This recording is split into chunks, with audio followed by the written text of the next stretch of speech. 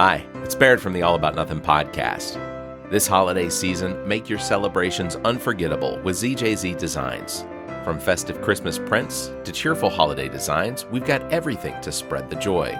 Introducing Eddie the Elf, dashing through the snow on his sled, perfect for adding that whimsical touch to your holiday wardrobe. Whether it's cozy sweatshirts or statement tees, find the perfect fit for everyone on your list. Ready to slay this season? Visit ZJZDesigns.com. ZJZ Designs, where style meets the holiday spirit. The All About Nothing podcast may have language and content that isn't appropriate for some. Listener discretion is advised. Welcome, Nothingers, to the All About Nothing podcast. I am Barrett Gruber. Please subscribe and share the show. That's how we get new listeners. Also, please consider supporting the show financially by visiting theallaboutnothing.com and becoming an official member and proudly calling yourself a true Nothinger. We'll have more details on that at the end of the show. If you can't do that, please give us a 5-star review, a like, and follow us across social media. You can find links at theallaboutnothing.com. Well, we're going to get started. Today on the All About Nothing podcast, we are joined by someone whose entire life has been defined by service to his country, to his community, and now potentially the people of South Carolina's House District 88. Colonel Joseph Chuck Hightower is a South Carolina native and a graduate of the South Carolina State University. He served 30 years in the U.S. Army Medical Corps, commanded medical units during Operation Iraqi Freedom, and helped lead disaster relief missions around the world. After retiring from the military, he continued serving right here at home through education, community programs, and advocacy for veterans and families in Lexington County. He is now running for the South Carolina State House as a Democrat with a focus on education, veterans, and responsible growth. Colonel Hightower, thank you very much for being on the show today. Well, thank you, Barrett. I appreciate that. I really appreciate it. And it is fantastic that you have given your time and effort to running for this special election. Short. And honestly, in my opinion, this is how long campaigns should last. Yeah. They shouldn't be a full year that you're trying to get elected. One of the worst parts about being in the South Carolina State House of Representatives is that you run, you get elected, you almost have to start campaigning immediately. Yes. I want to ask you, you had a long distinguishing career in the U.S. Army Medical Corps. What experiences from your service most influenced your decision to run for public office? Well, as you well know, I like giving back. This great country has allowed me to be and to realize potentials I never thought possible. And that came by my raising my right hand and joining the military. And in the military, I learned a lot of things. And one of the things I learned more significantly was that the first thing you do as a leader is you listen, you learn, and then you lead. And as I watch the things and canvass the areas here in District 88, I'm not so sure if those elements are fully employed. So I'm ready to listen to the constituents of 88, learn from them, and lead them appropriately throughout not only the candidacy, but throughout being a representative for District 88. Yeah. Growing up in South Carolina and attending South Carolina State University, what early experiences shaped your values and the type of leader that you want to be? Well, I want to share a story with you. W.J. Keenan High School in the early 70s, late 60s, it became an integrated facility.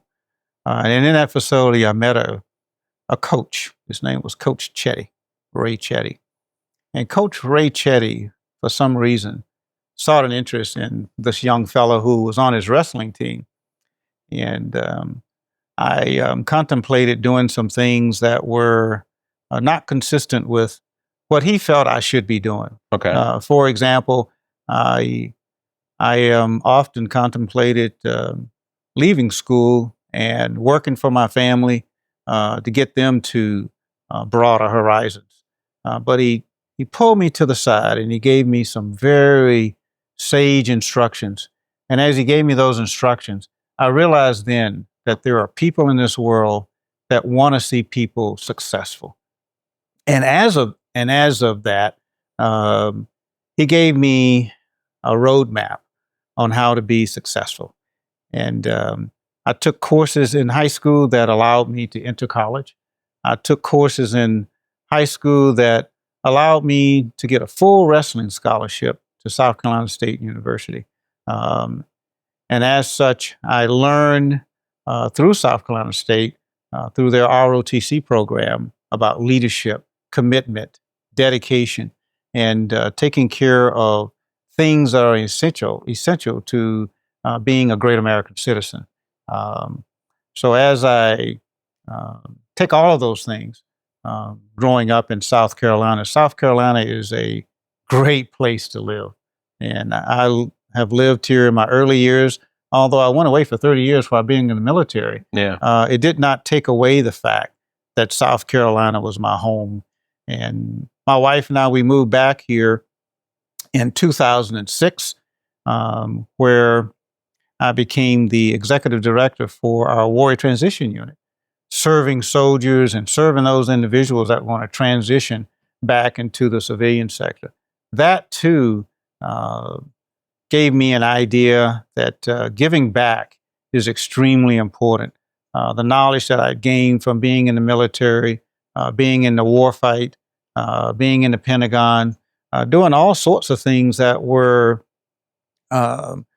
complementary to that job, which will facilitate those soldiers transitioning to the civilian sector with much greater ease. And we had a commonality, which made it that much better, similar to the commonality I had with Coach Chetty. What a great guy. He's passed away now. But when I was in Iraq, I sent him a nice little postcard back saying, "Hey, Dad, I really enjoy being in the military, and thank you for sending that note when I got promoted to colonel. But I'm sending you a picture from Iraq with my little salutation on it." And that guy took that picture and hung it up. He owned a bar in Virginia. Okay. And this bar was one of the greatest bars in Virginia. He shared the write-up with me when I got back. And customers would come in and say, "Hey, that guy says you're a son." And he goes, "Yep, that's my son." And he shared that with me. And it was quite the inspiration that there are things in America that was displayed there that need to be a part of what we do each and every day. Not only learning about each other, but enjoying each other and understanding that that there's a great need for unity and understanding of people and differences. Yeah.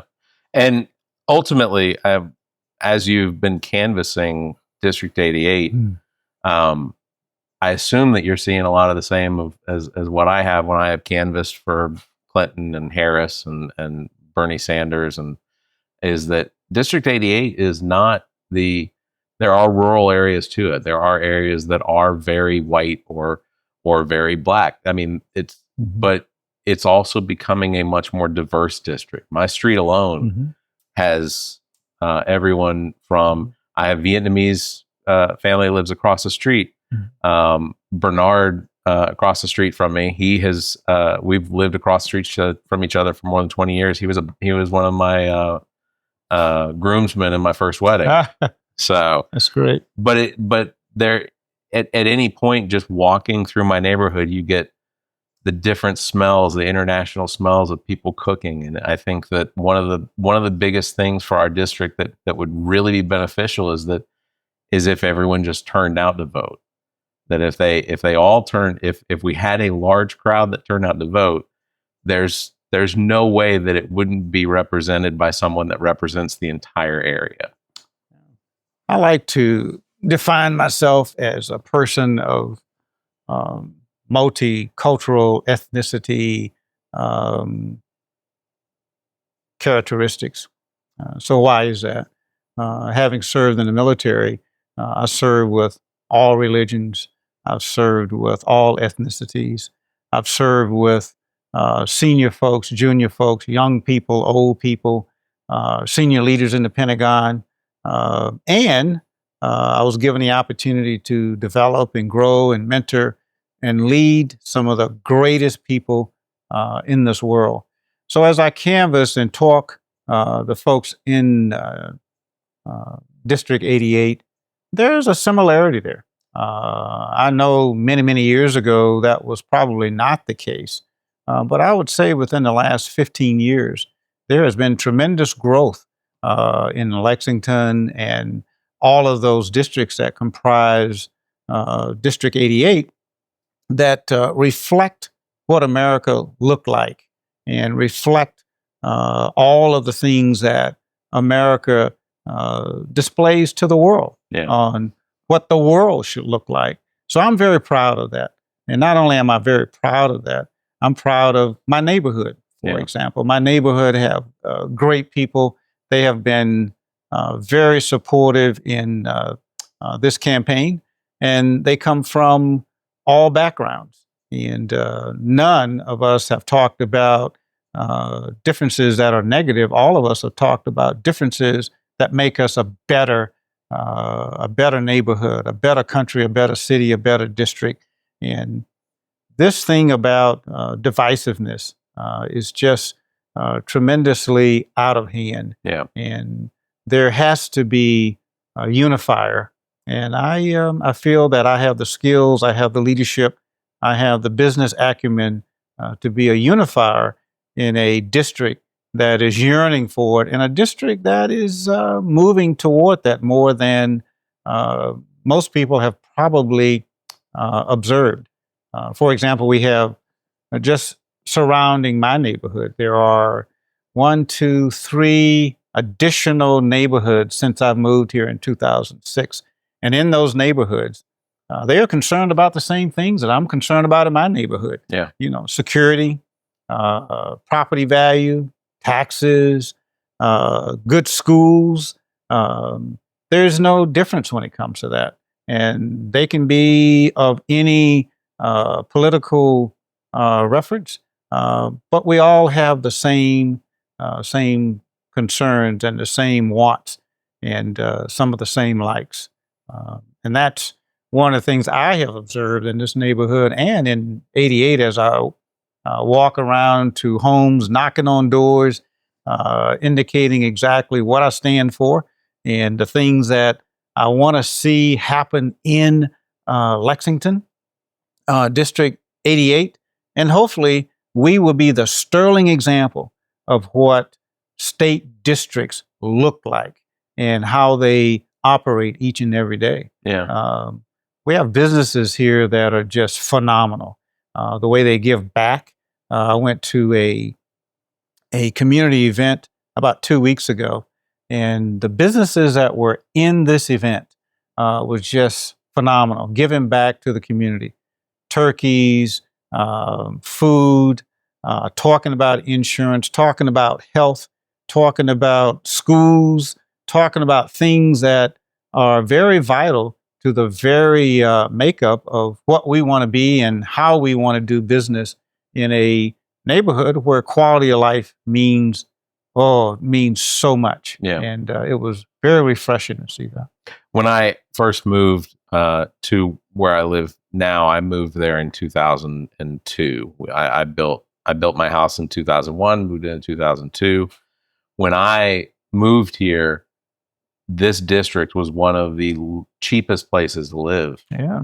And now it has steadily grown. Yeah. As similar to a lot of other districts, it has grown to be one of the most expensive. Right.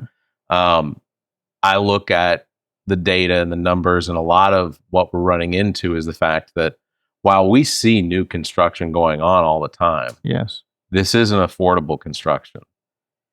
I know that it's not one of the talking points on your webpage, but affordability in this district is continuing to, and it's similar to a lot of districts around the state. Right. In conversations that you've had, is affordability something that's come up with any of the people that you've canvassed? Absolutely, and I applaud them for sharing it with me. There are businesses that are concerned not only about affordability, but their taxes, insurance for their employees, because they're concerned about their employees. They want their employees to have a great quality of life, and they need employees in order to be a successful and sustaining business. So how do you deal with that? How do you work with that? I think one of the primary things you need to keep in mind is that a lot of rules and regulations are set by folks that are politicians. Mm-hmm. And that's when it's very important to sit in a room and in a unified effort, determine how you're going to affect in a very positive way insurances and taxes and health insurance and responsible growth in your respective, I'll just use District 88. What is responsible growth? Well, responsible growth is having a leader that doesn't mind talking to those that's imploding the growth, to sit down with the business leaders in the community to ensure that we're not impeding and destroying those businesses that have, some of them have years and years of being in District 88 and being in Lexington. And to eradicate that it's just criminal. And it takes a person that doesn't mind meeting those challenges head on. I will meet those challenges head on. But I think the best way to meet those challenges head on is to sit down with those business leaders and talk to them about what is it that causes you the greatest amount of pain when it comes to operating your business. And I'm sure it ranges from providing health insurance to providing salaries to providing infrastructure issues, being somewhat allowing external facilities to come in and crowd out or do those things that does not allow them to participate in their business practices as they had before. And that's the whole idea of pulling everyone together and talking about this and working this issue out. And I'm sure there are forums for that, but they need to be public forums. Yeah. For example, down Platte Springs, when that particular section was being renovated, sure, there were a lot of homeless folks living in those woods, but okay, that's displacement of the homeless. So how do you displace those individuals properly? And oh, by the way, how do you properly allow yourself to feed into the local residents what's taking place? And not only what's taking place, how it's going to impact them, and specifically the businesses. Because no one started a business for that business to be there temporarily. Right. Those businesses are there for a while because that's how they maintain their quality of life. That's how they take care of their families. That's how they provide food on the table. And that is the way they have decided that they're going to operate in order to be a good, effective family member or community leader. So, yes. I think one of the best or the greatest impacts that the state government can have on local businesses, especially in District 88, is the infrastructure. Mm-hmm. Because if there are good roads to get to places, right. If there is, if it's restaurants and things like that, you want parking, you want the ability for customers to walk across the street safely. Yeah. West Columbia, 10 miles, his administration has done an absolute fantastic job working with the DOT to make sure that at least in the proper West Columbia, it's safe. And they're doing a beautification project there on Highway 1 that's, I think that ultimately them succeeding is going to do a lot for District 88, but as well as the districts adjacent to us. Yeah. I wanted to go ahead. Sorry. Yeah, I know Tim Miles very well. Mayor Tim Miles, very well. And they have come and talked to as a matter of fact, he's coming to talk to our Rotary Club on Tuesday of this week. The city commissioner was there about 3 weeks ago and talked about those innovative and renovative ideas that were being executed there in West Columbia. I mean, what a fantastic thing. One of the things that I think we need to marvel at and sometimes emulate is you have places like Greenville and even in Charleston where they have had tremendous growth. I don't know all the details behind what they've done, but I do know that there are folks that say, wow, those guys are doing great. Yeah. And there's no reason why we shouldn't be doing the same thing in a very responsible way to the citizens that live in those respective areas, such as District 88. Yeah. Yeah. Yeah, between Casey and Pine Ridge and, yes. and Springdale, I mean, these are areas that are prime. The DOT has done what they need to do to make sure that the roads are good, and now it's up to making sure that those communities have the earmarks and the money available from the state to actually start doing some of that. Yeah. District, I want to say the Lexington School District 2 has this giant new facility. It's either open or it's about to open, but just all dedicated to the arts for high school and middle school and such. So there is a clear sign that the state does want to invest, because you don't get much closer to downtown Columbia than being here and still having that separation between us. So I wanted to go back to veterans, because I think that is one of the most that is one gap that South Carolina, despite the number of veterans that live in South Carolina, we still have such a huge gap when it comes to taking care of veterans, as far as homelessness, mental facilities for mental care, just basic needs. I know that that's something that you have worked on a lot in the past as a state house representative.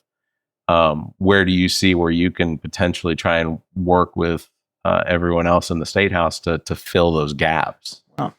I think as a senior military officer who has had the experience of face-to-face and walking the same ground as the soldiers that are in the VA system. When I retired from the military, I was the executive director for what they call the Warrior Transition Unit.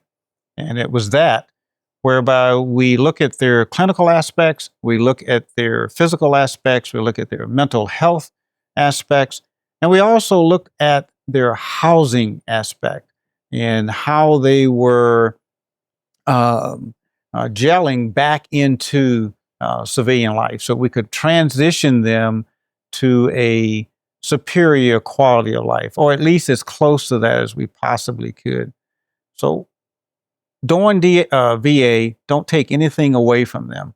They have a huge challenge. Sure. And there are federal regulations that have impeded some of their ability to do the things that they themselves need to do. But it takes too long for a young soldier or an old soldier to be dismissed from the Army to get their disability ratings. I am very, very adamant about working that extremely hard. The other thing that's working that I would want to work very hard with the veterans is mental health. It used to be an old term of 22 a day. It's a shame that we have to have statistics that say 22 of the greatest people in this country that provide us the opportunity to do the things that are unlike any other country. Access to things that other countries would just fall over themselves to have. And these great Americans have gone out and sacrificed just everything. Some, as that old adage say, has sacrificed has sacrificed their lives. And I saw that firsthand. Being a soldier that's been in combat for a few deployments, I saw that. And I saw and felt what these soldiers felt when they returned. And we need to allow ourselves and be very persistent and intentional about it to ensure that those individuals not only return to their families in the greatest of repair for a great quality of living, but also the families. There are residual effects to a soldier that deploy and a soldier that's in combat. And we need to look at it from a 360 degree perspective. And that's one of the major issues when it comes to veterans that I will seek out, and I will challenge anyone when it comes to the quality of life and the welfare of our great American soldiers. Your retirement, it feels like it went better than most retirements. How? Because I have cousins that have graduated. They retired from National Guard to find a VA system that is so locked into like what you described, which is the regulations, the fact that they don't have computer systems that are up to date, things like that. And it's not really one of the things that I think that the state of South Carolina can do to impact the VA system, because that's a federal program. But when we talk about the transitioning from active duty to retired, you didn't just leave the military, you continued to work for the military. That's not always available. That is not always available. I was quite fortunate in that. And actually, I count my blessings each and every day. But I do not forget that not everyone have that same option. And for those that do not have that option, those that are suffering from mental health or PTSD because of the rigors of combat, those are the ones we need to reach out and touch. And not only do we need to reach out and touch, we need to give them a pathway to understanding that we can help you. And not only that we can help you, but we can provide you with facilities, and we can provide you with healthcare providers. We can provide you with an ease of getting housing. And that is a very, very tough road to haul. And I spent 30 years in the military. I'm a retired colonel. I understand challenges, and challenges does not bother me whatsoever. And I think and I know when a person goes to the poll and they cast that vote, they're expecting that kind of demeanor, the kind of demeanor that says, I'm going to stand up for what is right for the constituents and the citizens of District 88, but also those of South Carolina. And I'm ready for all of those challenges. So you have not aligned yourself with any specific groups within the Democratic Party or the Republican Party. Your opponent has been endorsed by the Freedom Caucus, which, if I'm going to be honest, makes me uncomfortable. As quickly as his candidacy began after the runoff, to see that is something his attachments to. And the Freedom Caucus, while I've seen them vote the right way on things, it's not always because they're voting for it in favor of it. They're voting for it against the other Republicans. How does that sort of situation, seeing that the Republicans are willing to eat themselves, to tear themselves apart, how do you potentially approach voters when you're caucusing or you're canvassing? Does any of that sort of thing come up when you talk to them? Yes, it does. But one of the things when I talk to the voters, what I try to apply to that scenario is, you have a right, voter. And your right is to discern what you feel is the right thing and the wrong thing, not only about politics, but how you should be governed. And one of the things that I think that we miss out on sometimes is the power of local government, your state representative, your state senator, your state councilman, your state mayors. It is extremely important that you make sure that those choices are ones that will not only enhance your quality of life, but also present to the general public those things that are necessary in order for us to live a life that is worth living. Yeah. And so how do you do that? Well, part of it is you got to walk across the aisle, because not everyone agree on everything absolutely. So you walk across the aisle and you say, hey, let's talk about this. And sometimes the talking helps, sometimes it doesn't. But that's where intentional pursuit takes place. You must be intentional about what you believe is the right thing to promote. I'm not particularly interested in any special groups.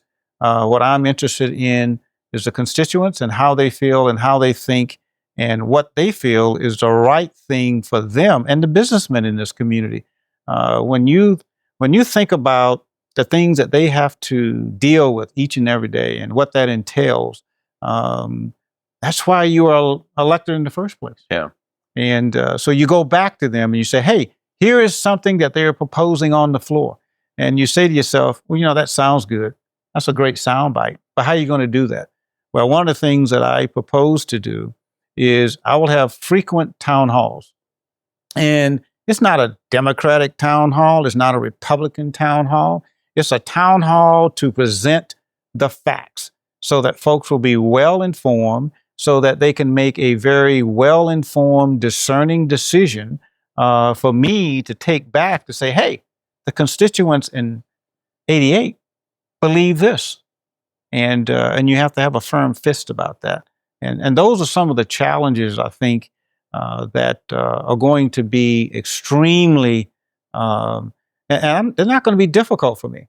And the reason they're not going to be difficult is because, as I indicated earlier, I was deployed with over 6,500 soldiers, and to place them in the right place, to make sure their objectives were appropriately aligned with the strategic aspect of what we were doing on the battlefield takes a lot of coordination with a lot of people. Yeah. So I know how to pull people together.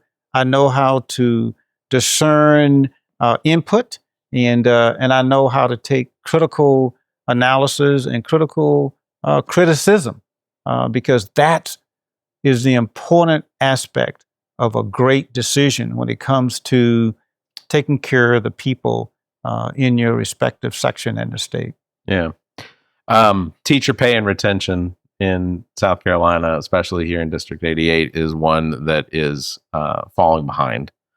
Statewide, we're seeing gaps because of things like the money that could potentially be set aside for teachers' raises is going to a lot of these charter schools and private schools. The voucher program is causing harm that, while I grew up in Atlanta, I grew up in a situation where we had what was called the M2M program, which was, I'm going to say it backwards or I'm going to say it wrong, but it was minority to majority. Yeah. And a lot of some of the best friends that I made when I was in school didn't live in my neighborhoods. They were brought into our schools, or they were brought out of the Black communities and into what was a more suburb sort of situation.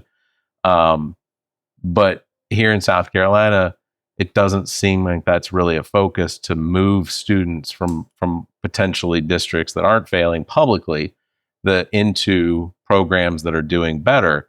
It seems like we're just looking to throw the money to the private charter schools and things like that. Yeah. What's your feeling on that? First thing I'll say is my kids were in private school. It was a choice my wife and I made for their education. But private school to us doesn't mean that it should impede the ability of the public school system to educate those that are subjected to a public education. That funding should stay there because they themselves want to realize potentials they never thought possible. Because some of those families are wrestling with the difference between a carton of milk or buying that young kid a pair of sneakers to go to school. So when you begin to think about that so-called division of schools, it's not so much about the division of schools. It's about taking away from those individuals that does not have the monetary support or the support to do the things that some folks are expecting that takes place in private schools. So I would say the single most important aspect that we all must realize is that I've always felt that America has a great way of facilitating the American dream, if you will. But don't take that away from public school kids. I'm a public school kid. Yeah. And Same. And I went to W.J. Keenan when we first integrated. And there were a lot of things we had to learn. I'd never gone to school with anything other than folks that looked like me. And we had different interpretations of what that would be like. But you make the best of the things that are put in front of you. You look for the greatest good. And so often we don't look for the greatest good from a big perspective. We look for the greatest good from my perspective. Right. And that is, in my opinion, one of the worst things you can have. I would love and I will fight and I will be very, very adamant about our young kids having the same opportunity in public schools as the so-called private schools. And I would tell you, the majority of the great Americans that are out there, they come out of private schools, out of public schools. I dated several girls in private schools. Yeah. So I don't have any issue with private schools and charter schools. Neither do I. I think that the issues that I have is for every student there is a monetary value assigned to that student. That's right. And I don't think that is because that student may leave the public school system and then go to a private school. Mm-hmm. There is this accountant somewhere going, oh, well, that's another $6,000 we get to take away from that school or whatever the value is. Well, I would tell you this. I put my kids in private school it was only for 2 years because of a certain situation. But I will tell you this, that I am very much in agreement that we should not impede any facet of our governmental funding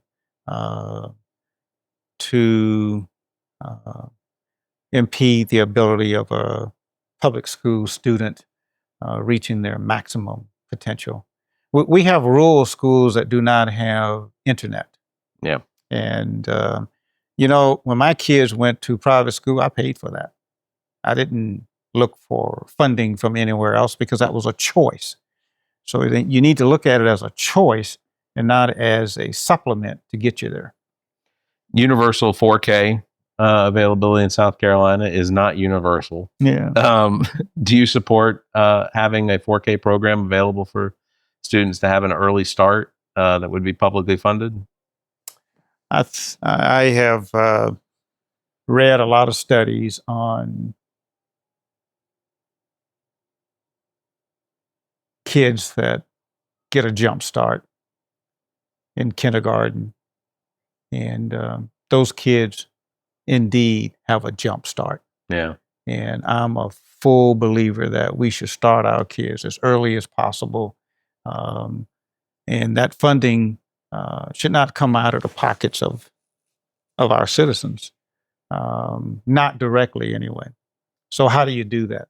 Well, I don't really know how to do that right now, but I do believe that there is something that we can do in order to guarantee those. We build jail systems based on what we think the discipline rate is going to be on kids in middle school. That's a crime. Yeah. We should be building our budget on kids that are in middle school and how we're going to enhance their life, and not how we're going to put them behind bars so that they will never realize the American dream. Yeah. And there's a lot of discontent with that, and I'm one of them. I think there should be a much stronger approach to early development of our young kids. My dad told me once, he said, one of the worst things and one of the worst crimes that you can have in your family is illiteracy. And I agree with that. Yeah. My parents, they weren't college grads, but they had a PhD in what they felt was the greatest pathway to opportunities and being great American citizens that give back to other citizens, so they too themselves will be persons that have realized potentials they never thought possible. There is a lot of value in civic duty, or going to work for potentially the police, or going into the military service, that sort of thing. I've always believed that that's something that should be available here in the United States. You want to go to college, but you can't afford to go to college. Well, then here's a program that you could potentially go in and be a firefighter for 4 years. Yeah. And then after 4 years, your college is paid for. Yeah. One of the things I think that District 88 has at Midlands Tech is a fantastic opportunity for students that don't necessarily see themselves as university people, or that because they just have the unlimited funds to be able to go to university. In South Carolina, is our community colleges and technical colleges, is this something that you see a lot of value in? Oh, absolutely. I'm a do a historical sort of lesson here. I had the opportunity to meet a guy in Iraq. His name was Senator Hollings. And Senator Hollings was one of the individuals that were on the forefront of technical colleges. And those colleges have been, I have a friend of mine who just completed several courses at Midlands Tech. She took a course in phlebotomy. She took a course in nurse case management. She took a course in medical stenography. I'm not sure what it was, but she took these courses. She didn't go to college, but when she took these courses, it provided her with the opportunity to do some of the things that will allow her to live in a great community, to not have to depend on government subsidies to get her from point A to point B. And I'm going to do a shout out for Lexington too right now, in their innovation center. In that innovation center, even in high school, kids have the opportunity to go be a plumber, an electrician, IT, fireman, auto mechanics. All of that is housed in a building called the Innovation Center that's located in Casey. That is phenomenal, because not everyone is going to go to a university or a college of their choice. That may not be one of the things that is most suitable for them. I myself in high school, I went to Booker T. Washington twice a week to learn brick masonry, because before Coach Chetty, my aspirations were to become a brick mason. Yeah. And it gave me an opportunity to have a better life. And where did I get that? I got that from the South Carolina public schools. And what a phenomenal thing. And we have things here that are just absolutely great for growth and development of our young people. We just need to get them to understand it, and we need to get them to those avenues of learning. Yeah. South Carolina has a Republican supermajority currently. Mhm. What sort of strategy do you have from your experience, both in the military, working in medicine, and operations like that, being a wrestler? Is how do you see all of those experiences going to work with to sort of break down that supermajority wall, to have them recognize that District 88, District 87, these districts that have not really seen good representation? How do you see, what sort of strategy do you have to have them recognize just how important the gateway to Columbia is? Yeah, and I think it starts with that word we used earlier. It's called unifying. And there's some great Republican ideas out there. There's some great Democratic ideas out there. There's some great citizen ideas out there. And there are great ideas outside of the borders of South Carolina.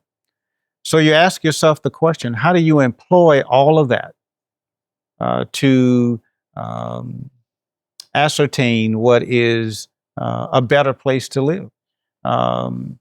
Just because you have a difference of opinion, it doesn't necessarily mean that that difference is going to be a detriment. You just have a difference of an opinion. So you ask the question, how do I confront that? And I don't know if I want to say very simply, but in a very diplomatic, treat people with dignity and respect kind of way, is walk across the aisle and talk about it. And not only talk about it, make sure there's a full understanding of why certain things are important and why certain things and how they impact people that will be the recipients of that decision. And one of the things you need to understand, so who do you bring into the room? Not just the politicians. You bring into the room a forum where there's 5 business guys there, and they're talking about a certain thing that's impacting their business. We need to hear that. Yeah. We need to listen to that.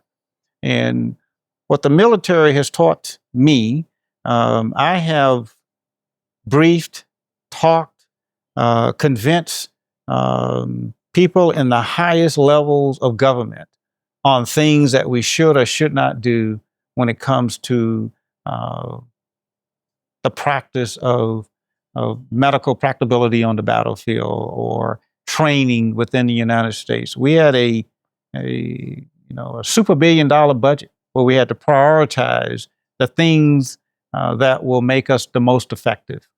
And that principle can be applied to this. What are those things? What are those elements? And what are those strategies we're going to use in order to get from point A to point B? And are you going to have folks that's going to try to impede it because they have an agenda? Yeah. But I think I'm strong enough. I am willing to listen to it, but I'm not always willing to concede to something that is presenting itself as an inhibitor to good law and order, to good medical practices, to good education practices, to good social practices, to good practices, period, when it comes to the citizens of the United States, and the citizens of South Carolina, and the citizens of District 88. I've been in places whereby when there's no amplification of learning and no amplification of understanding, it end up being deplorable. Mm-hmm. And not only is it deplorable, it hurt people. Yeah. And that's not why we're in this business. Yeah. We're in this business to make life and quality of life better for people. And until you understand that, you probably don't need to be in office. I think that's one of the things that I have always wanted to see in the representation, and I think for the most part, everyone that gets into politics, for the most part, gets in because they want to be that positive change. Right. But what I always remind people, whether it's state, city, local, or federal, the thing that they are there to do is to serve us as our representation. That's right.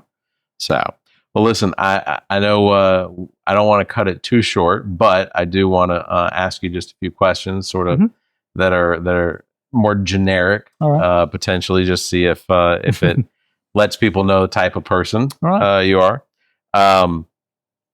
Is there a book that has shaped your view of leadership?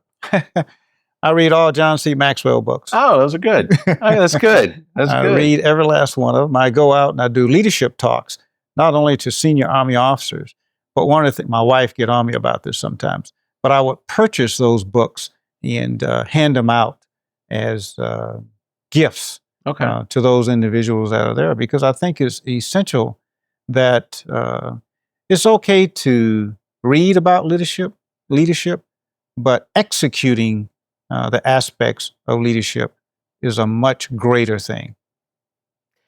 Sweet tea or unsweetened tea? That's a great question. I am an unsweetened kind of guy. I'm with you.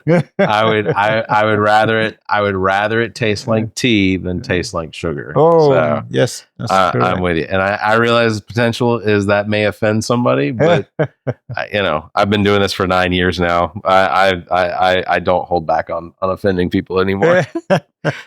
What's one of your favorite places in South Carolina to relax? Well, folks know I'm pretty much a family guy. One of the greatest places to relax is at home, most of the time with my grandkids, having fun with them. And, my granddaughter, that's my little bud. She'll be graduating from White Knoll this year. Very proud of that young lady.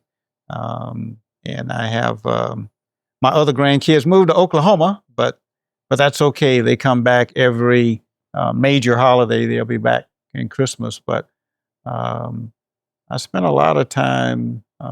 Another thing that I do to help with the peace of my mind and soul is I'm the director of a GED program, and Scooter Scott GED program. That is probably one of the most thrilling things. I've been there with them for about 11 years now. To watch a person come into that program feeling so neglected and so despondent about where they are. And our great volunteers and mentors and tutors in the program, I love every last one of them. And we get that individual to a point where they pass all 4 exams. There's nothing more exhilarating and nothing more comforting and nothing more just absolutely wonderful to see than to hand them their diploma to say, you're a GED graduate, go out there and do great things. In your 11 years, how many graduates have you? We've graduated. We've graduated over 600. At least that's what our records show. We didn't maintain records in the beginning. Could be more. And then some, we have started the program with them, but they may have ended the program elsewhere. Sure. And we allow those individuals that go elsewhere, the program is totally free. We don't put amazing. We don't put any stress or strain on them other than they're utilizing their brain to pass the 4 subjects. everything is, we even give snacks during each session. Yeah. Well, the last one I'll ask is, what is one meal that you could eat every day for the rest of your life? Oh my goodness. Without getting tired of it. Yeah. This is a joke. My kids indicated one time that my wife and I fed them spaghetti for an entire month every day. So to appease them, it would have to be spaghetti. Okay, there you go. Well, Colonel Hightower, I want to thank you very much for coming on the show with us and being able to talk about your road and your path and where you've been, where you came from. I think it's important to understand exactly where that is with our candidates, and I absolutely believe that for me, you are exactly what I want to see in a representative for our district. Thank you very much. Anything else you want to talk about before we? I want to say one last thing, and I didn't say it in the beginning, and I want folks to understand this very clearly. I learned the 3 L's when I was in the military. You listen, you learn from your listening, and then you lead appropriately. But I also learned something else, and that is that this job doesn't belong to me. This seat is not my seat. This seat is all of the individuals, regardless of party affiliation, regardless of ethnicity, regardless of who you may think you are. And I represent you, and I work for you. And if you don't, and if you want to get an understanding of that, you get out there 8 through 19 December and you vote. And the 23rd of December is the primary day. You vote. And a very famous guy one time said something to this effect is, don't get upset with what you get if you didn't vote. And I'm asking you to go out there and vote. I'm ready to work, and I hope and pray that you understand that my work is beneficial to each and every last one of the citizens of District 88. And Barrett, thank you so very much. Yeah. This has been great. Absolutely. And I wish this show as well much success. Well, we'll, I've got your number, so when you get elected, there'll be plenty. No, I'm kidding. I would never do that. Well, listeners, whether you agree or not, your lifelong commitment to service, Army Medical Corps, local classrooms, community programs is something I think that everyone can show some sort of appreciation for. For anyone who wants to learn more, volunteer, or read about Colonel's platform, please visit hightowerforhouse.com. Colonel, again, we really appreciate your time. We wish you the very best with the campaign, and obviously, absolutely, I will do everything that I can to make sure that that it happens. We'll bill your campaign for the time. No, I'm kidding. But again, thank you very much. Well, thank you. And for all of you District 88 folks, we'll be knocking on your door soon. Excellent. There you Excellent. Go. All right. Again, thank you very much, Colonel, for being on. Links to all of our past episodes, podcast platforms, merchandise, and social media are available at our webpage, theallaboutnothing.com. And if you think our financial model of giving away free content and entertainment is silly and you're in the giving mood, why not become an official Nothinger and support the show? Members get early access to this episode as well as exclusive content. You can visit members.theallaboutnothing.com, or you can find a link on our webpage. You can also give a one-time donation through the same link. If you'd like to be a part of the show, you can call and leave us a message, 803-672-0533. Or email the show at theallaboutnothing.com. You can join our Discord server. Links found there.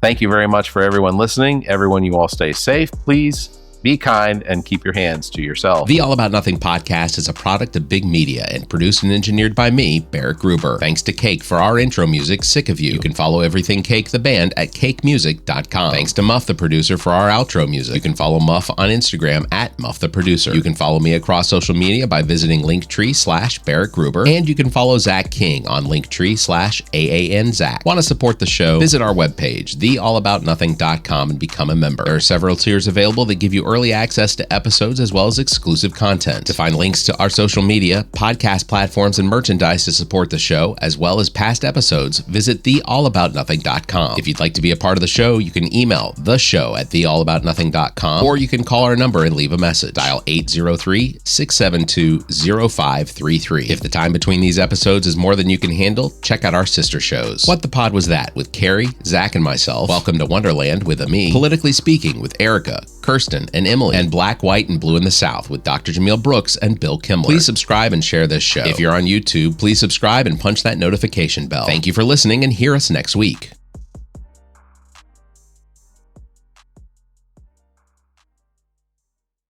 The preceding podcast is a product of Big Media, LLC, and is copyright 2025, all rights reserved.